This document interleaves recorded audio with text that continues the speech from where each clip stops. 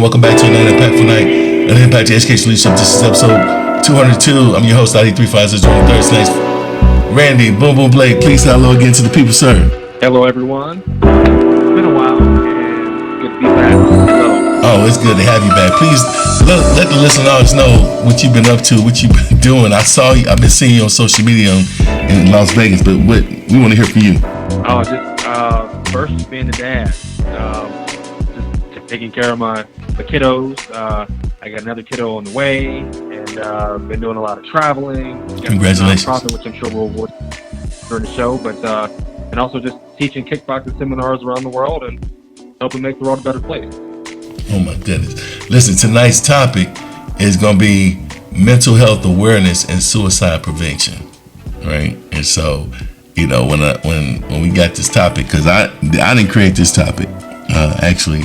Randy Boom Boom Blake created this topic. Buddy Thornton, positive social change agent, he created this topic. John Verrico created the topic. Dr. Janet Verrico and Eric Ranks, they all created this topic, right? And so when I heard the topic, I started thinking about relationships.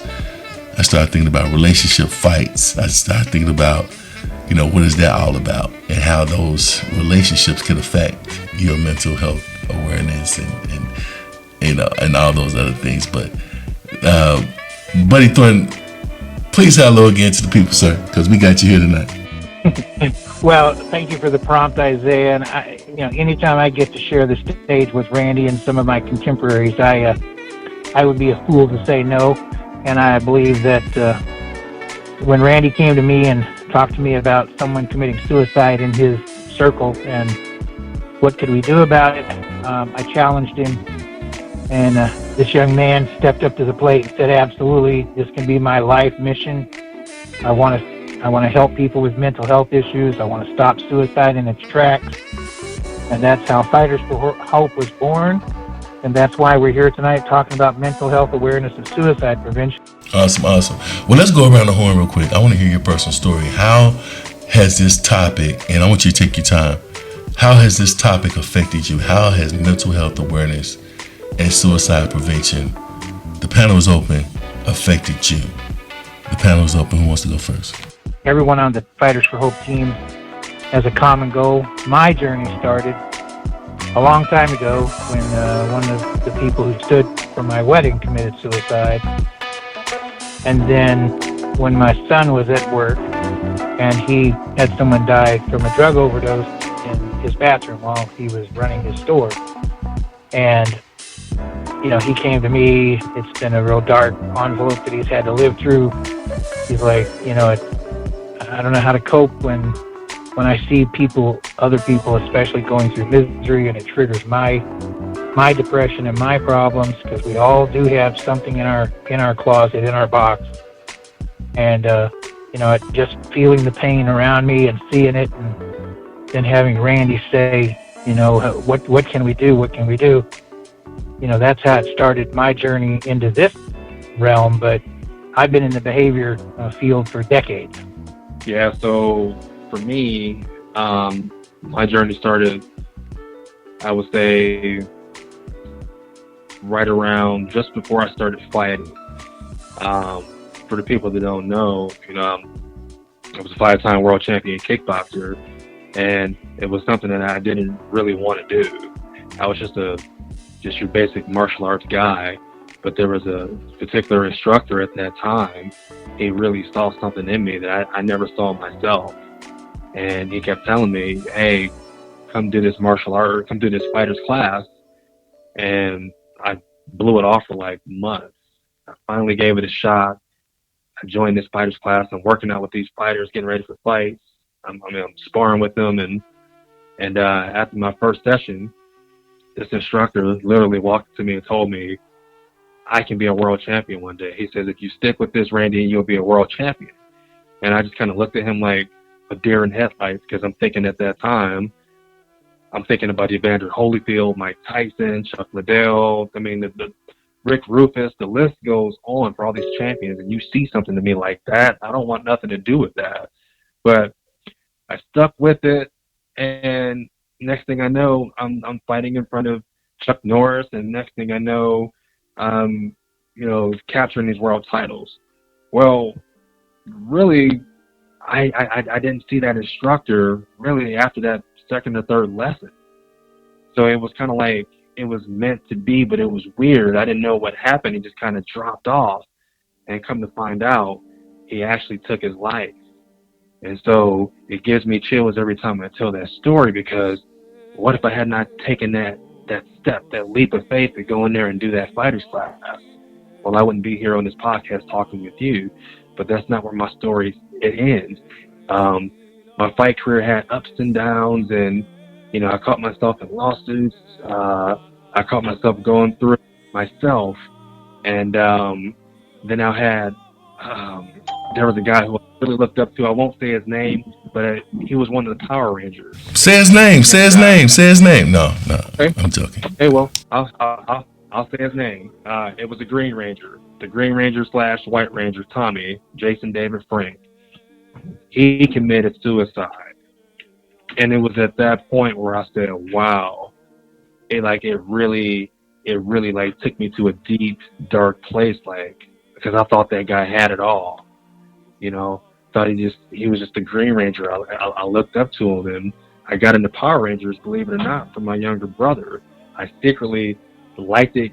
I didn't want my younger brother to know that I liked it, but it was a thing that it was martial arts. I was a martial artist, and I would secretly like these Power Rangers. And when Jason David Frank took his life, along with many other martial artists and fighters who did, I just so happened to run into Buddy. I met Buddy 2022 at a martial arts convention, and actually that's how I met you too, Isaiah. And we hopped on a podcast. It was this particular podcast, and we were talking about bullying. And I texted Buddy while you were speaking on the podcast, can we do something? Because I just gravitated toward Buddy because he's like Mr. Miyagi. He's just so smart. He's the guy that when he walks into a room, you wish that you had a USB plug that you can plug into his brain and just download the information so you can be like him. And he just reached back and said, "Hey man, I have all the knowledge. If you'll just stick in and, hang in with me, we can make this happen." And it was just in the talk. It was just him and I. And now 2024, Fighters for Hope was born. We got a coalition. We've got 15 nonprofits, and we start our first event in September. So here we are. This is the real fight, and we're going to attack mental health and suicide. It's deep what you said, because the last time on the podcast we talked about mental health, we had Evander Holyfield. Think about that. And Evander Holyfield came back on the scene right after that. And I don't know if it had anything to do with my podcast or not, but that's what happened. And so I think we've got a few other people on the podcast now. So okay. We got a few other people on the podcast. The conversation right now is we're talking about the topic, right? And we're talking about your experience with mental health awareness and your experience with suicide. I've experienced it. It's mental health and suicide it can be so damning. It can be so powerful. It can be so strong. It can be so overwhelming. I exemplify it as a tidal wave, because if you don't have the correct support systems, it will sweep you away. Let's go around the panel. We heard what Buddy had to say about his experience with this topic. We heard what Randy had to say, and both were profound. Who's next? What's your experience with this topic tonight? Mental health awareness. Talk about it. Yeah, I'll jump in. This is Eric Rank. My journey with this whole topic actually started from a personal journey. I lived my life full of a lot of severe medical issues, with my family being told more than once that I wasn't going to make it through the night. And through growing up with all these struggles, it put me in some very dark mental health places in my mind. I was suicidal more than once in my life. I had another time where I was actually on the opposite side, like trying to get myself better, and overdosed on antidepressants because I was just trying to get happy. Um, so I really came from a personal side of just understanding both physical and mental pain. And then, if I look back at like 2010, 2011 time period, I had some friends that came back from Iraq and Afghanistan from really bad PTSD issues, and it was affecting their careers, their marriages, and they just weren't getting the help they needed. So, in 2012, I left corporate America and started a veteran and first responder nonprofit that's focused on mental health and suicide prevention. And I've been on that journey for almost 11 years now, and I met Randy and Buddy at a military conference in Las Vegas last year, and we just really connected.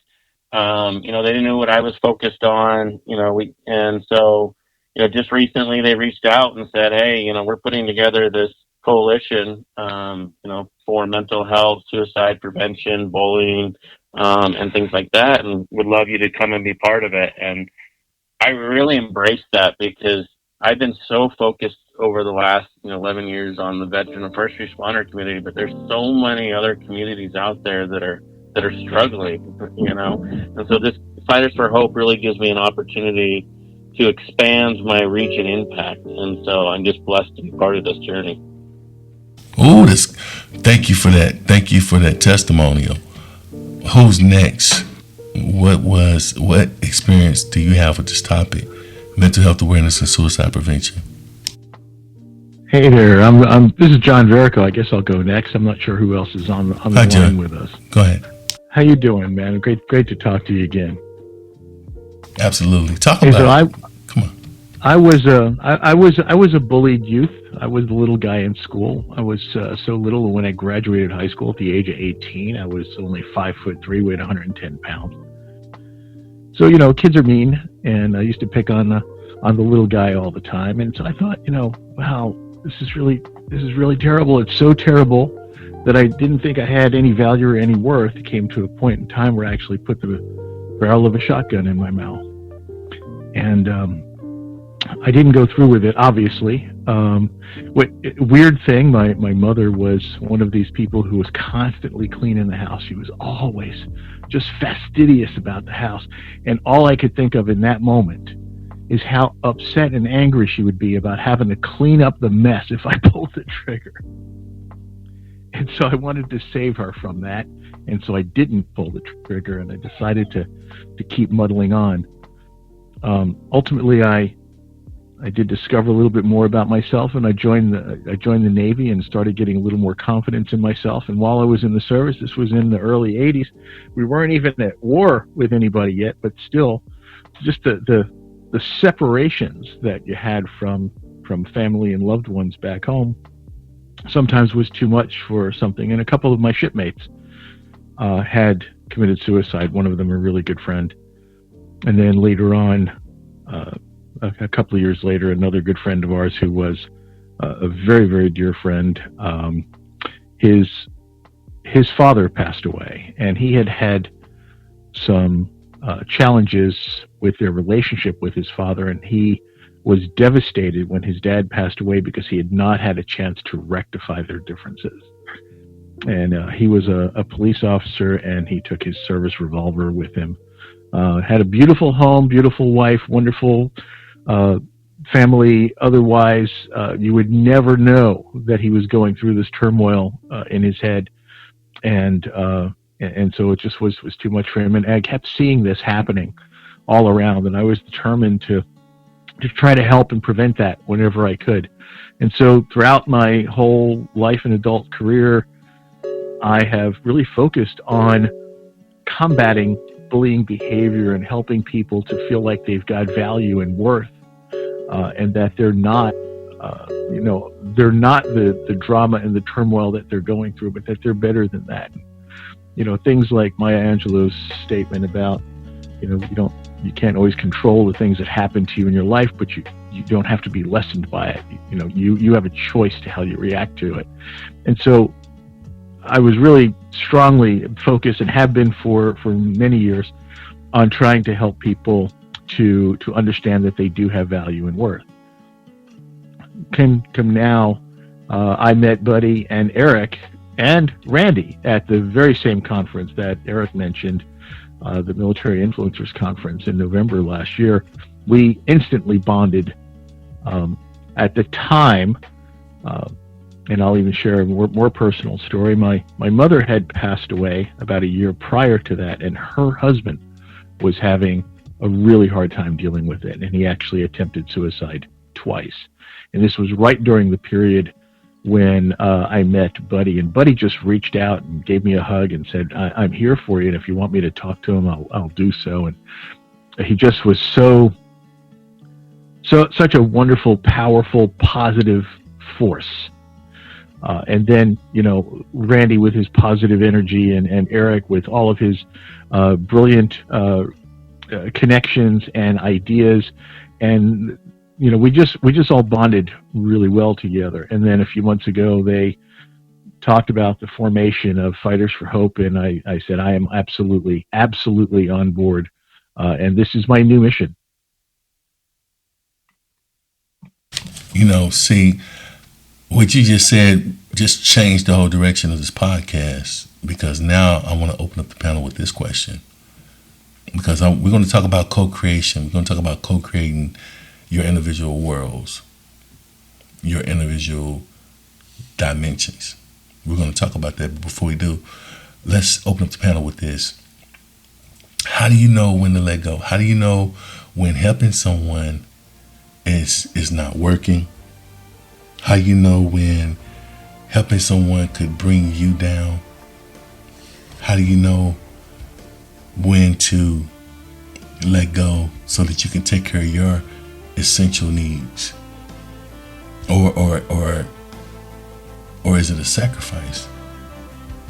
Is it you never let go until you save them? Can everyone be saved? Can we save them all? I'm on the firm belief that you don't let go with them until you have been able to get them to somebody who is more qualified than you are, that can stay with them and support them. I mean, in my line, I'm not a licensed psychologist or psychiatrist or something like that. So, there's people who are more qualified if the situation is extreme, but you can't leave them alone, and you have to stand by them until you can get them transferred into the care of somebody who can handle the more extreme situations.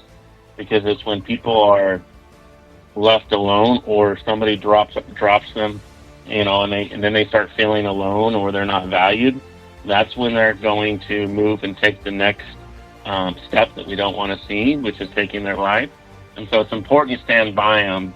But if you look out in the industry and you look at, my dad was a clinical neurological psychologist, and if you look at the industry of psychologists, psychiatrists, counselors, all that, almost all of them, they go see therapists and counselors and psychologists themselves. And that's because there is a point where you need to get some of that out of you, and you need some time to healing, like the question you asked. So I think it's a two-part front. One, you stick with them until you can get them into somebody who's more equipped to take that on. But then if you're overburdened, you need to reach out and have some self-care within that as well. I love that answer, Eric. Everyone at Fighters for Hope, before they can get on stage and speak to the audience, has to go through a series of certifications on bullying and behavior.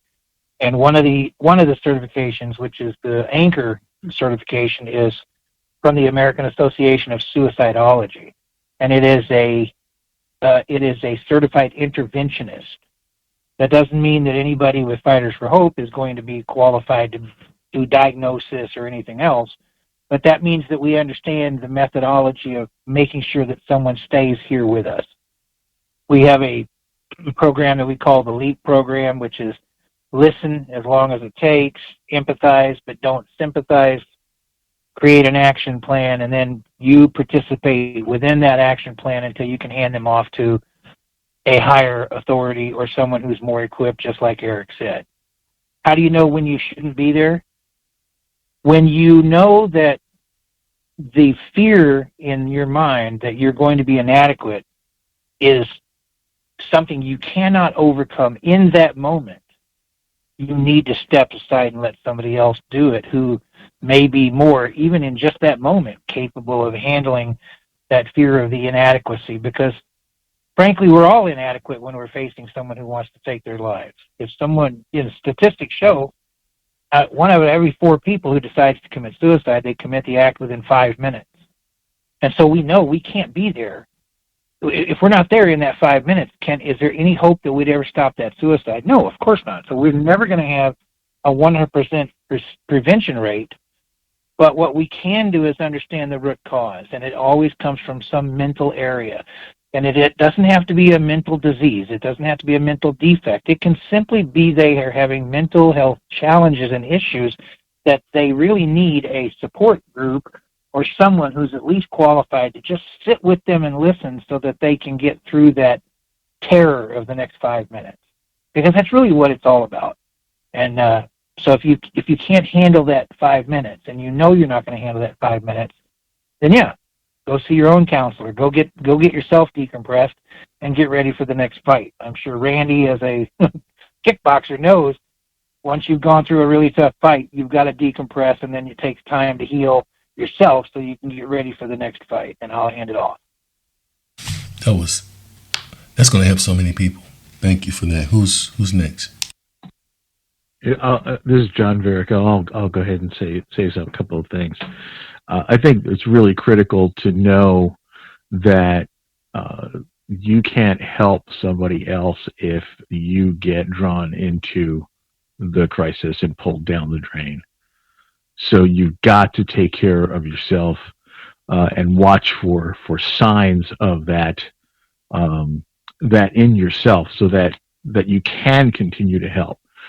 So many times I've talked to folks who are counselors for others, and they get so wrapped up in absorbing the trauma and the feelings of despair from the people that they're trying to help that they kind of take it on themselves, and then they forget to take their own advice and ask for help, and that becomes problematic for them, because then they can no longer do what they need to do for others, because they're having to fight it within their own selves as well.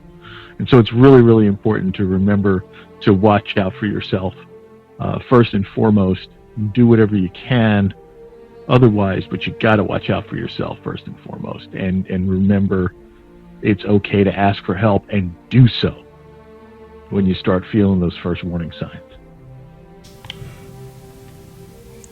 I love this. I love the way this is going. Withdrawal is an emotion. It's an emotion, and emotions are strong. Emotions are powerful. Emotion is not just a female trait. You have she motions and you have he motions. But some emotions, the emotions that become the most popular, are love or sadness. And so let's talk about sadness, right? In most cases, sadness, it could be a good thing. You lost a loved one, and that's a positive experience, because you know they're in a better place if they were sick. Depends on the scenario. But then you have negative experiences as well. And so oftentimes today, and just throughout history, I'm talking from a historical context lens, people have ignored real talk. People have ignored having that real conversation, sharing their personal stories, unlike the panelists here tonight, right? So suppose you dial back in your mental Rolodex to a point of your life where you experience trauma. You experience trauma, and this trauma almost took you out. It took you out. But something happened because you're still here. You're listening to this podcast, which means you are alive. Right? Maybe the trauma was you're a veteran. Maybe you were in the military. Maybe you were in a war zone. You were in a hot zone. Maybe you were shot. Maybe you were wounded. Maybe one of your friends was a prisoner of war. Maybe you were a prisoner of war. Maybe you saw your friend get executed in front of you. Or maybe it was domestic violence. Or maybe you were experienced homelessness and you were out there eating out of garbage cans, just trying to survive. Let's be real. It happens. It happens. Maybe you were waking up in the middle of the day and it was 118 degrees in Arizona and you laying there saying, I don't want to live anymore. I'm tired. I'm ready for it to be over. Why did I wake up? Why did I wake up? I didn't want to wake up. This is real talk. This is real talk. But something happened because you're still alive. And so what happened, we wanna unpack what happened. Because what happened is really you co-created your world. You created a new world because you got another chance and you got up, you dust yourself off and you looked at life as, hey, I can make it. But he thought, I'm coming down your avenue. I'm coming down your lane. I'm coming down your street, whatever you want to call it. But he thought, I got a question for you because, see, I need to pull from you because the audience needs to hear what you got to say, right? You helped spearhead this foundation, this coalition called Fighters for Hope. And in that coalition, the word for that coalition, the core for that coalition is co-create. And so I want you to tell listeners, how can they co-create their world while reinforcing it with positive role models that will help them influence their lives in unstable homes and abusive homes, even in homelessness situations, even in prison? How can they use co-creation as a benefit? That's my question. Sorry about that. That's my question for you. Talk about it, please. Co-creation is important regardless of where you are because we are social creatures. Humans are social creatures. But sometimes that gets lost in the social norms that we fight against. We're always swimming upstream, especially the young men in our society who are told, man up, toughen up, I don't want to hear you cry. So what? Everyone falls down. Everyone gets hurt. Get up. Keep moving. The problem with that is sometimes it needs to be an encouragement, not a discouragement. It needs to be, oh, you fell down. Let's talk about the lesson we learned from falling down. Let's not talk about having to be tough. Let's talk about what happened, why did it happen, how can we prevent it from happening again. We deflect away from blaming a child and making them feel as if their pain is irrelevant. Because the core of most mental health issues and problems in homes is that the children feel like they're not heard, they're not seen, and their pain is not acknowledged. And so, talking about positive role models, when I was putting together Fighters for Hope, I asked myself, what are the key components to putting together the core people who are going to drive this message? I wanted people who were passionate about the topic, and I wanted people who understood that the barrier to getting the topic out is overcoming that social stigma of talking about mental health awareness and talking about suicide ideation. Because people don't want to talk about it. They have never wanted to talk about it because it's a universal pain point that everyone has to live with. So how do we marshal this. Well, you know what? We attract people like Eric, and we have people like Randy who can get up in front of somebody and tell them his story, and it's a true story, and it's a live story. Or John, it's a true story, and he's lived through it. And by being on the cusp of never using anything but true stories, we can address all of our core programs and co-create an environment where people can literally have a dialogue. I mean, we talk about people who struggle with post-career doubts, people who are chronically unemployable. We talk about people who have been as deep as you can get and they've climbed back out over the top. That's our Dinner with the Winner program. We go into schools and we talk about bullying, anti-bullying, and how we can cope with bullying and what are the steps to avoid being trapped as a victim. And we talk about PTSD, which we call PTSI. We talk about sexual trauma injuries.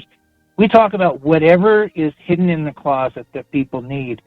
But our goal is to start the dialogue and then listen.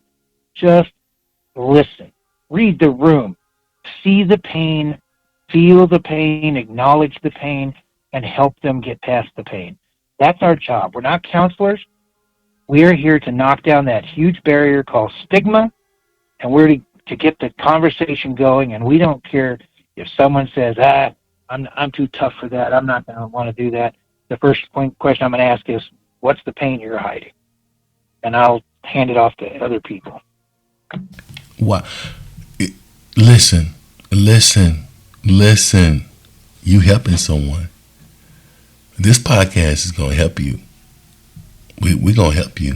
We're trying to help you. Let me open up the panel really quick because I want to hear what y'all have to say. This is the question. The question is, what's worth fighting for in your world of co-creation? What is worth fighting for? Who wants to take that first? The panel's open. I'll take that one. That's easy for me. What's worth fighting for? Obviously, number one, my life. Then what comes after that? My legacy. And everything that comes in within my legacy, is my family. And so, whether I have good days, bad days, doesn't matter. I keep the end goal in mind, my legacy.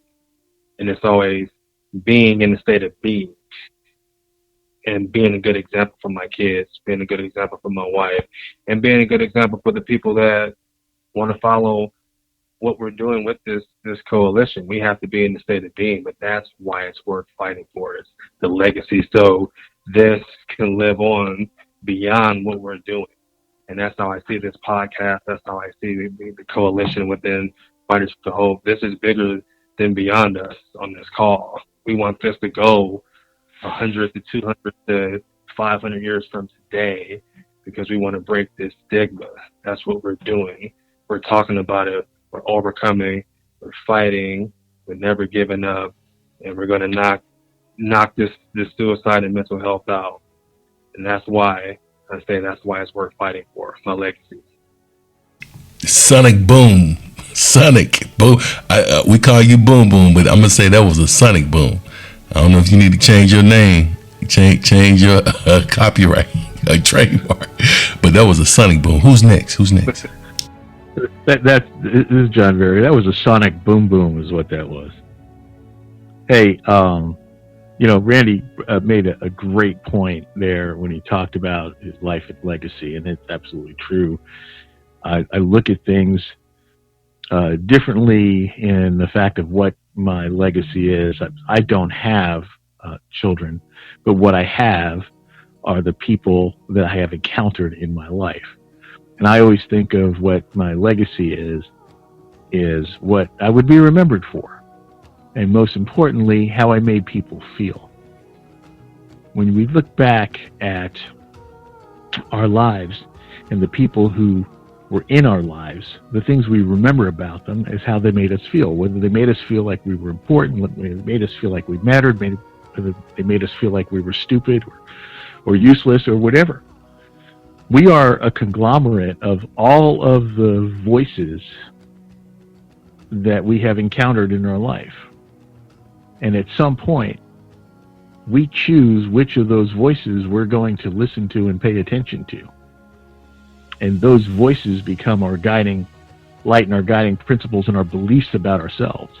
Well, sometimes some of those voices aren't so good.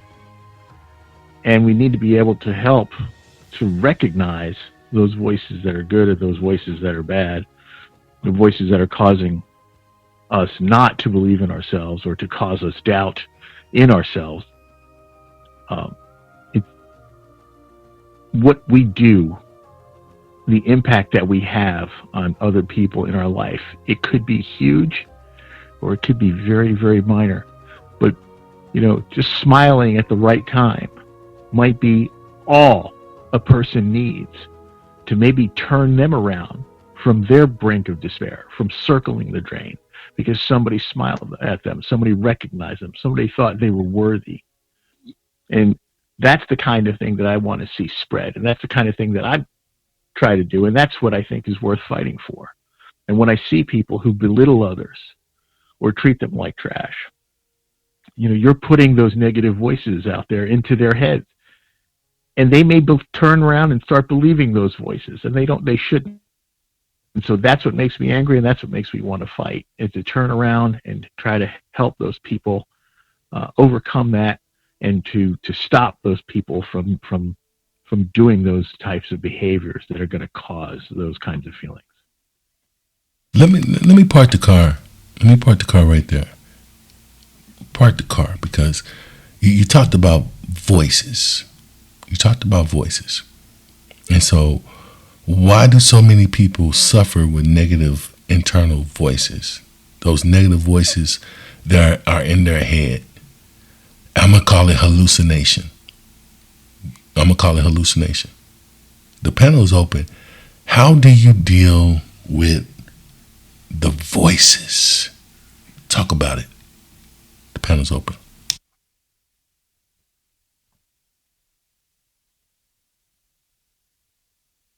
Well, I just spoke, so I'm going to turn it over to let Buddy or Eric take that one. Well, you threw a tough one out there. I'm gonna give a landing spot, and then I'm gonna hand it over to Eric, because Eric's experienced this in real time, and it's been part of his life, and his legacy is overcoming it. But neurologically, we take in millions of data points a day, and we're only aware of less than 1% of those data points. There's no way consciously we could ever be aware of everything that's happening around us, and yet everything that does happen around us affects us in some way and on some level. Some people say it affects your chi, or however they want to call your life vibration, whatever it is. But the fact is, it's a cumulative effect. So if you're always in a situation where you are hearing voices, it's because they are there. The brain doesn't understand the difference between tangible and intangible. It just knows that something's there. And so it's going to listen to what it perceives, and because of all those millions of data points that we receive, we really create a lot of the issues in our head ourselves, but it's because it's being bombarded into us.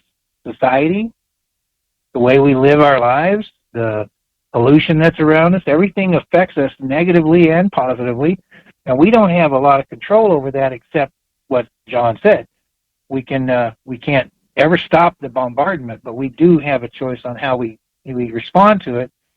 And people who are not capable or don't have the coping mechanisms already to cope with it, they need to turn to somebody who does, and that's why it's important to open up the door for the conversation.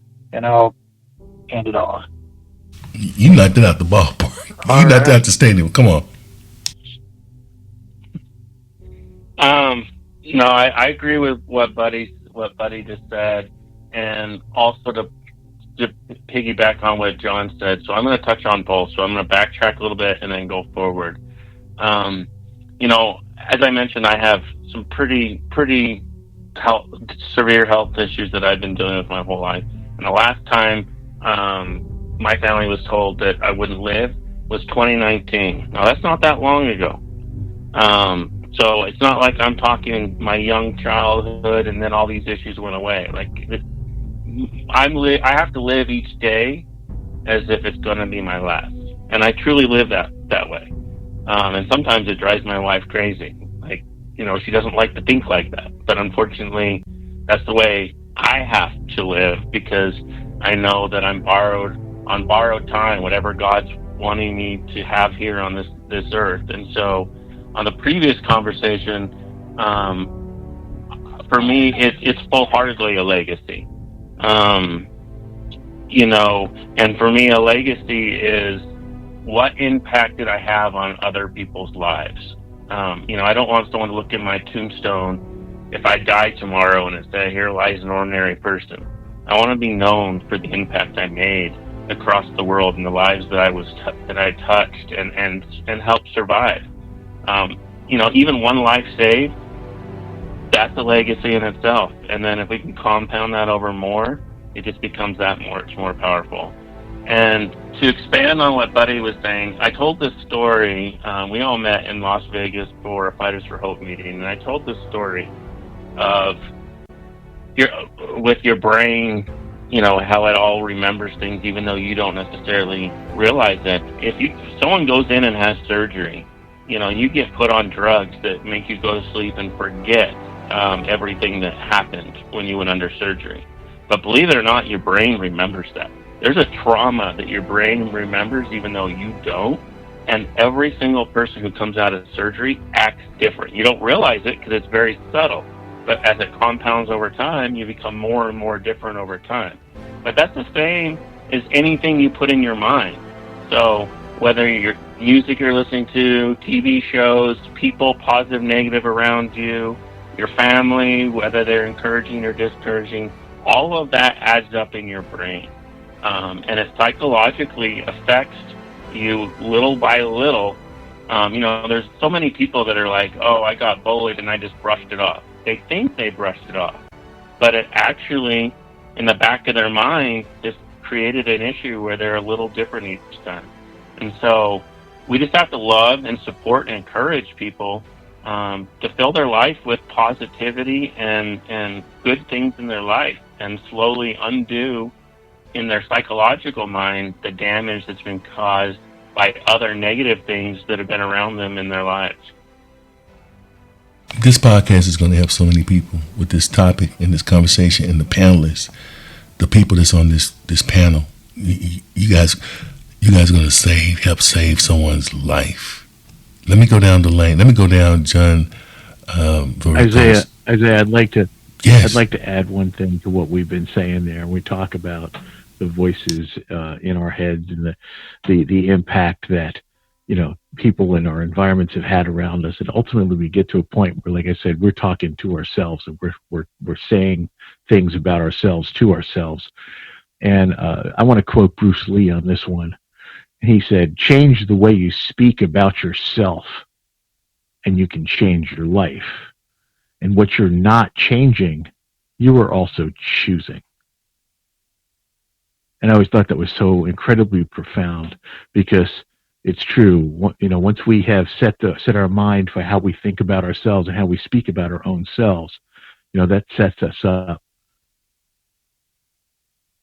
So I just wanted to add that. Some things that we say, and hear me good. Some things that we say can change our home life, right? Some things that we say can change our community. Well, there's some things that we can say that can change our nation. But then there's some things that we can say, like you just said, that actually changes the world. I want to talk about, I want y'all to talk about, well, actually, John, I'm gonna pick on you. I'm about to go down your lane. I'm about to drive down your Didn't avenue. I say I was picked on enough when I was? No, sorry.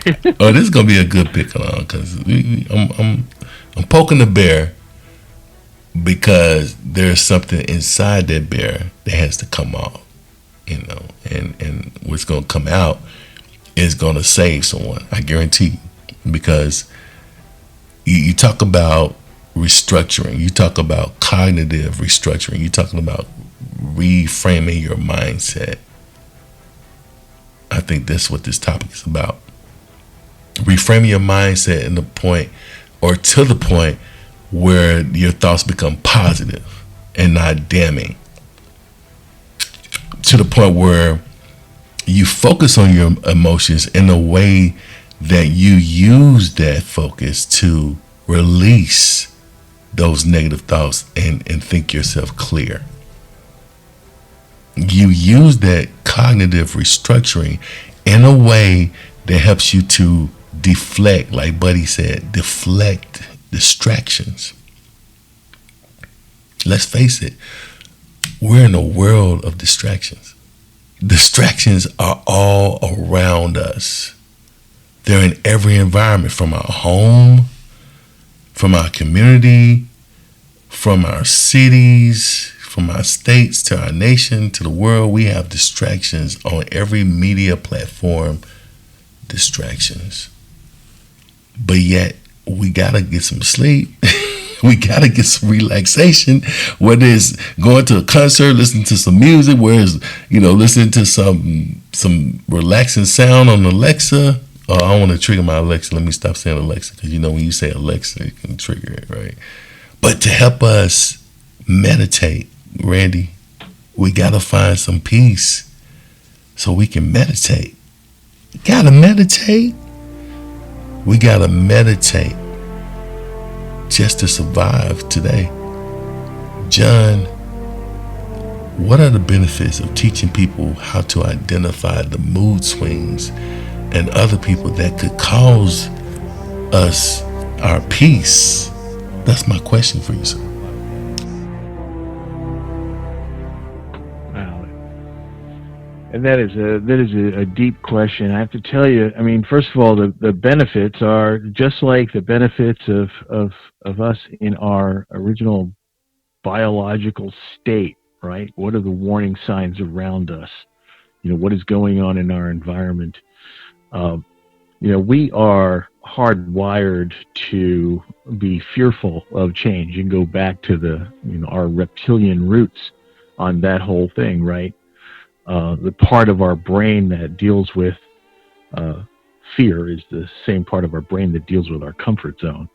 And so when things change around us, we're hardwired to be fearful of it and to acknowledge it. So when I talk about the reptilian roots, if you think about it, snakes and lizards, right? What do they do as they change? As they grow, they molt, right? Their skin, sheds off of them. And if you've ever seen this happen, first of all, if you've ever had a sunburn and your skin peeled, then you know how itchy and uncomfortable that whole thing feels. So now imagine your whole body now is going through this peeling process. Well, the first thing that happens to a reptile when they get into this mode of change, this change cycle, is they get a film that forms over their eyes. It's a protective film over their eyes. But unfortunately, it also effectively makes them blind throughout the change process, which is why they're so cranky. If anybody has ever owned a pet lizard or anything like that, you just don't mess with them when they're going through the molt. And the same thing with birds when they molt too. But that's what's going on when we experience change. We are hardwired to understand and to feel and to sense those changes. So when you can start to recognize that there's changes in people's behavior, they're not doing things the way they used to do. Maybe they're just kind of phoning it in at the job, or their hugs aren't quite as long as they were, or maybe they are getting emotional over things that seem to be so simple. It's so important to be able to recognize these things, because that's when you can start the conversation. You should have conversations, open conversations all the time. But when things start to slip and things start to change, you want to really start talking. And I talk a lot with people about this too. When you get to a point, and I'm going to talk about this from the perspective of like burnout at the office. When you get to the point where things that interested you aren't interesting anymore, when you're not getting the joy from things that you used to get joy from, let's say, and like I said, from the observer perspective, and you're seeing people who are not starting to, or should say, are starting to show warning signs that they're not enjoying things anymore. Something is wrong, and that you need to talk and get them to open up whenever you possibly can. Share what you're going through your own self, whatever it takes. Buddy would probably be better at explaining that kind of a conversation, but it is absolutely critical to be able to notice those things that are happening in yourself as well as in those people around you. Listen, we're out of time, but before we go, the panel's open. Let's talk about this. I heard Buddy's name. What's your thoughts?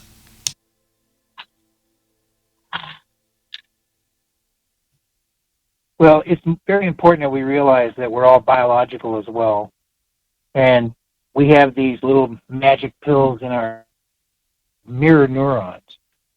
And when we see things that make us feel good, we want to feel good too. And when we see things that make us fearful or make us feel bad, our fear response triggers, and we're either going to fight the impulse, or we're going to freeze in place, or we're going to run like hell. And we're biological. That's who we are. But the mirror neuron effect is extremely critical, because that's how we get people to open up.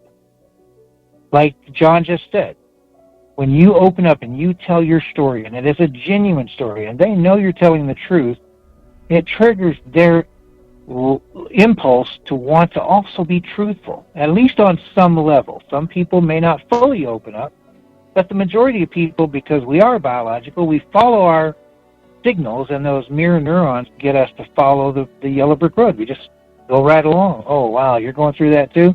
Hey, we're in the same canoe now. Let me tell you, boy, the last couple of days have been really tough, blah, blah, blah. And this is the way the world works. It's called dyadic entanglement. We have to be willing to sit in a one-on-one environment as long as it takes. Yeah, I love to get up in front of 500 people, 5,000 people. I don't care how many people are in the audience. But the real magic happens when I can look someone in the eye and I can tell them something that triggers their mirror neurons, and they respond in kind. And now I've got them just like a fisherman with a baited hook. And I'm not manipulating them. I'm basically giving them permission to be themselves. And that is the goal that we strive for. Absolutely profound. I'm hearing so many books in this conversation, and articles, and this is good. Don't let me get started. But I want to help free somebody up. I want to free up your neighborhood. I want to free up your family. I want to free up your church. I want to free up your relationships with your friends in the neighborhood. I want to even free up the way you view your health services. Let me go to Randy Boom Boom Blake. Randy, we almost gave you a new name tonight, Sonic Boom Boom, but that's copyright infringement. Look, I'm not playing with that. We're not making that kind of money yet to start talking about changing your trademark. But what's your why? You done been through a lot of pain. Let me tell you something. You don't become a 5-time world champion, meaning you became world champion 5 times. That's more than Mike Tyson. That's more than Evander Holyfield. That's a lot of hits. Our boy, Floyd Mayweather, he knows about the challenges of maintaining that type of livelihood. And so, what are the top challenges that you had to overcome to achieve your mission in life? And I know that's a deep question. But I know you're going to deliver. Talk about it. Yeah, my why, man. My why is just simply to become the Grand Master of life. Now, I know that's really, really deep. You took it there, so you just got to allow me to unpack it. Um, the why is to bring out the best that I possibly can in everyone. And that is truly what it means to be a grandmaster. Now, we do live in a world where this is a winner take all. I mean, Buddy that mentioned a bunch of different things. Eric mentioned a bunch of different things, and so is John. But it's really a compacted question on why mental health really is the way that it is. I don't think that it's really just one answer. So I can only give you this from my perspective in my life. And so, living in that winner take all world, what that ends up happening is we leave people to the point to where they don't know how to get there. Now, what that means for me is we can say, well, 5-time world champion kickboxer, okay, but I've had a whole lot of things happen in my life that I actually never really got there. I was just a victim and a slave to just fighting. So I didn't know about anything else other than but just fight. So the why is to now be that person. Now, so in 2016, this is going to probably get a little bit deep, but I had a world title fight. I was fighting a guy from Great Britain, and the goal was just to execute, get my hands raised, move on to the next. I trained for about 12 weeks. It all went well. Fight night arrived. First round, we're moving around. I grabbed him with the clenched knee. I hit him in the stomach. Now, he said I hit him in the groin. So if you guys have seen any type of combat of sports, whether it was boxing, kickboxing, MMA, a groin shot means it's a foul. You go to a neutral corner, you get to recover.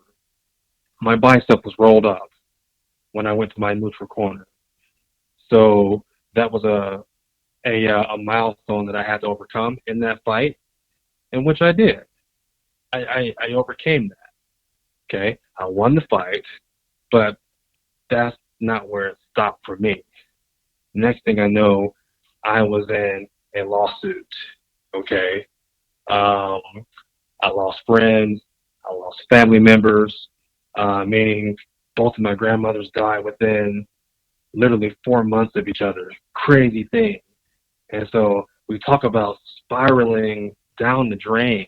I was at an all-time low. Like, I went from being Superman to superhero in my mind. I lost about 75 pounds. And, I mean, this fight went on because next thing I know, I was in a lawsuit. Okay?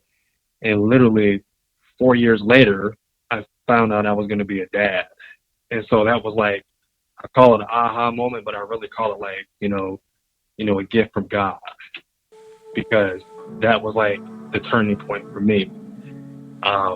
So those are some of the top challenges that I had to overcome in my life, but I'm still overcoming them because it's still that voice that we have to deal with. But sometimes in order to heal yourself, you have to go heal others.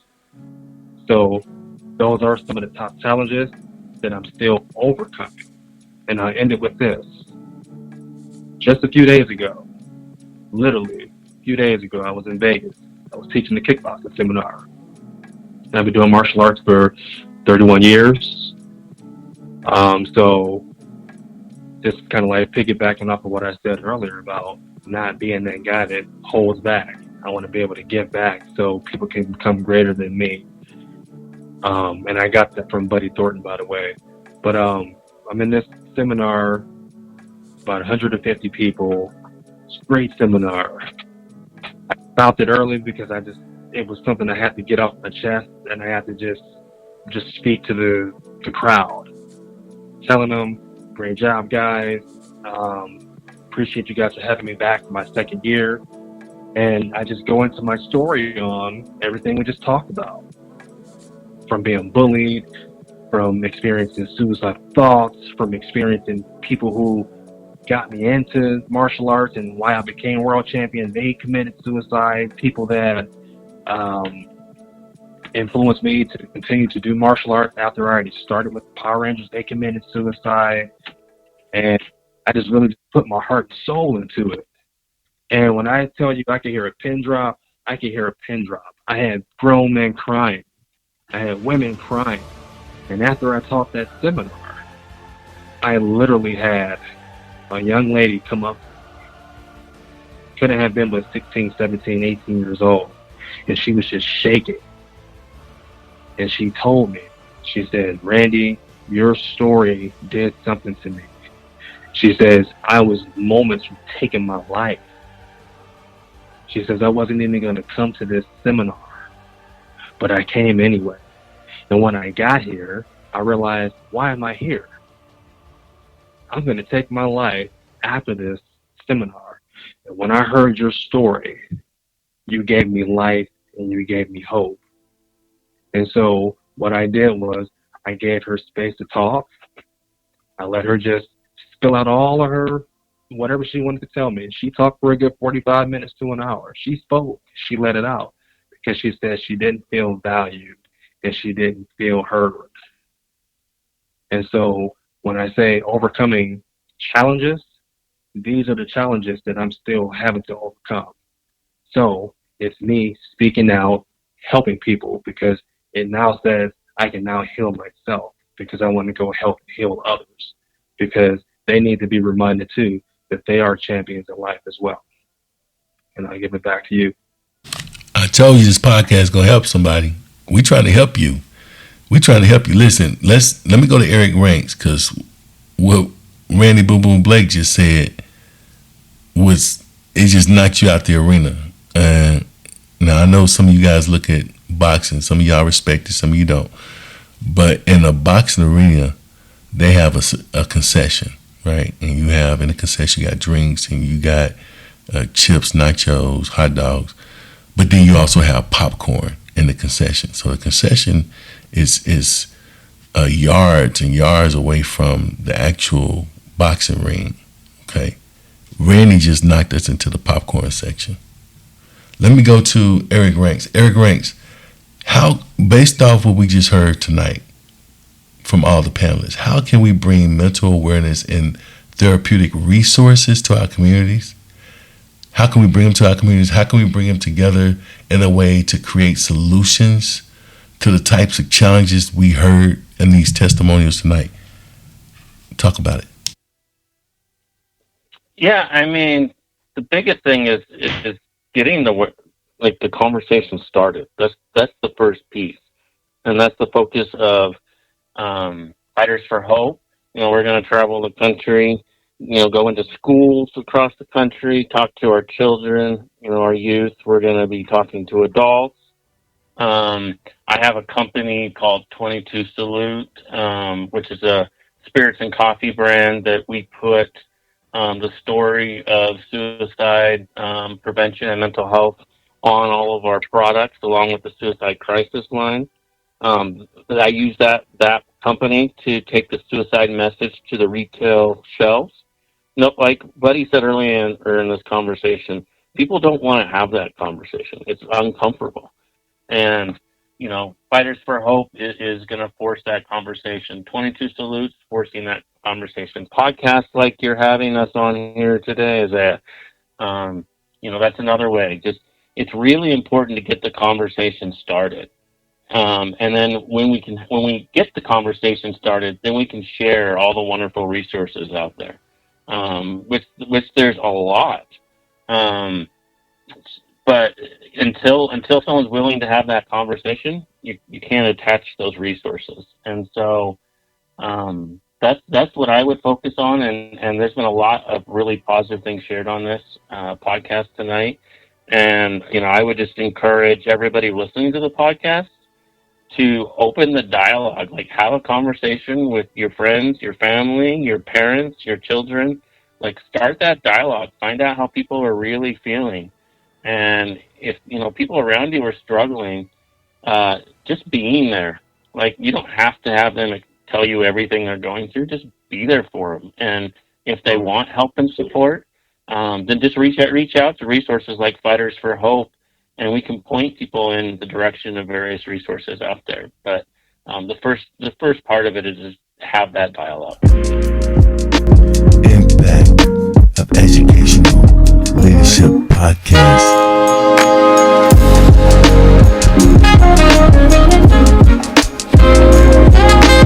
Facebook,